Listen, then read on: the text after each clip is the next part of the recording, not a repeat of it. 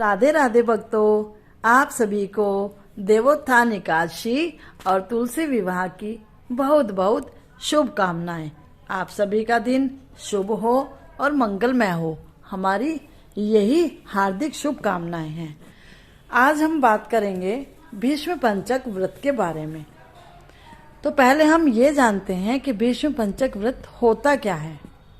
भीष्म पंचक व्रत हिंदू कैलेंडर के कार्तिक माह के दौरान शुक्ल पक्ष की देवोत्थान एकादशी अर्थात 11वें दिन से शुरू होता है, जिसे देवोत्थान एकादशी भी कहा जाता है। इस व्रत का नाम महाभारत के पात्र भीष्म से पड़ा है। इस व्रत का पालन 5 दिनों तक किया जाता है, जो एकादशी व्रत के दिन भीष्मदेव को याद करके शुरू होता है और पूर्णिमा के दिन संपूर्ण होता है।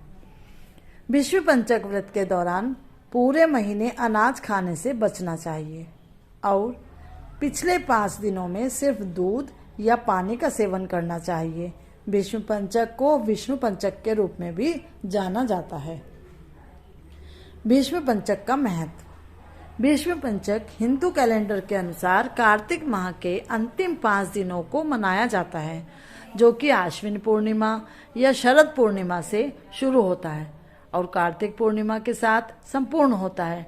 हरि प्रबोधनी एकादशी को भीष्म पंचक के पहले दिन के रूप में मनाया जाता है। भगवान श्री कृष्ण ने भीष्म को भीष्म पंचक व्रत का महत्व बताया था, जिन्होंने महाभारत में कुरुक्षेत्र युद्ध के समापन के बाद स्वर्ग में निवास के लिए अपने भौतिक शरीर को छोड़ने से पहले इन 5 दिनों तक इस व्रत का पालन किया था। मोक्ष प्राप्ति के लिए अपने पापों के निवारण के लिए भक्त इन 5 दिनों के दौरान उपवास करते हैं। इस समय के दौरान श्रद्धालु अपने और अपने बच्चों के अच्छे स्वास्थ्य के लिए उपवास भी करते हैं। भीष्म पंचक व्रत की महानता पद्म पुराण में वर्णित है। यह वर्णित किया गया है कि कार्तिक का यह महीना भगवान श्री हरि को बहुत प्रिय है और इस महीने के दौरान सुबह जल्दी स्नान करने से भक्तों को सभी तीर्थ स्थानों में स्नान करने का लाभ प्राप्त होता है। कृतिका वृत्तिम विप्रम यतोक्तम किम करम यम दूतः पलयन्ते सिंहम दृष्ट्वा यथा गजः श्रीतम विष्णु विप्र तत्तुल्यन्न सत्यम मखः कृत्वा फ्रतुम ऊर्जे स्वर्ग्याम वैकुंठम कृति व्रति। पद्म पुराण में यह इसके स्नान करने का महत्व बताया गया है। भीष्म पंचक के अनुष्ठान और इस व्रत के दौरान की जाने वाली प्रार्थनाओं का उल्लेख गरुड़ पुराण में भीष्म पंचक कथा में किया गया है।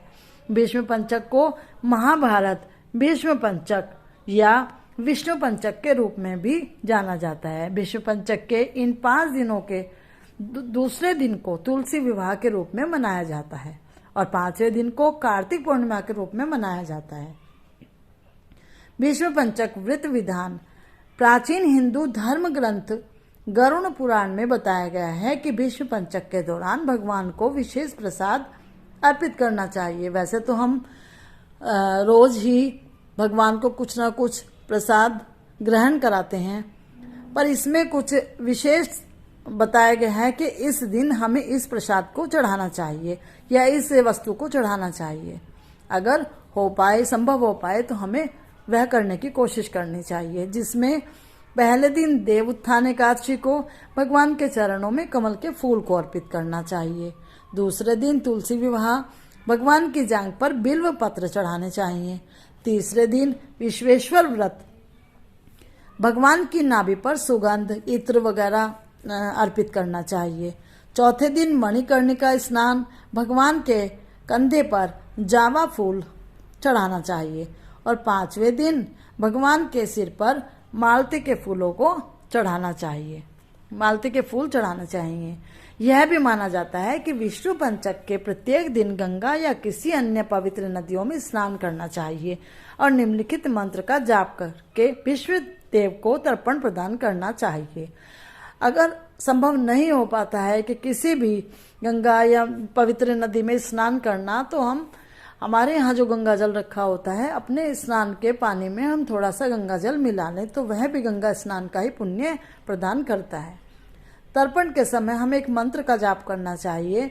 ओम व्याघ्रा पाद्य गोत्रया समकृति प्रवरया च अपुत्रया ददम ये एतम सलिलम भीष्म वर्मन। अर्घ्य देते हुए हमें मंत्र का जाप करना चाहिए। वसुनाम वत्राय संतनो रत्मजया च अर्घ्यम ददामि भीष्मया आजन्म ब्रह्मचारिणी। और उन्हें नमस्कार करना चाहिए। किस मंत्र से? ओम भीष्म संतानविरः सत्यवादी जितेन्द्रियः। ओम भीष्म संतानविरः सत्यवादी जितेन्द्रियः। सत्यवादी जितेन्द्रियः अभिधिभिवर्तनम पुत्र पौत्रम उचितम क्रियाम। ऐसा माना जाता है कि इन 5 दिनों में व्रत और पूजा विधि का पालन करने से व्यक्ति मोक्ष के मार्ग को प्राप्त कर लेता है। और आपसे आशा है कि आपको सारी जानकारी मिल गई होगी और अगली वीडियो में हम विश्व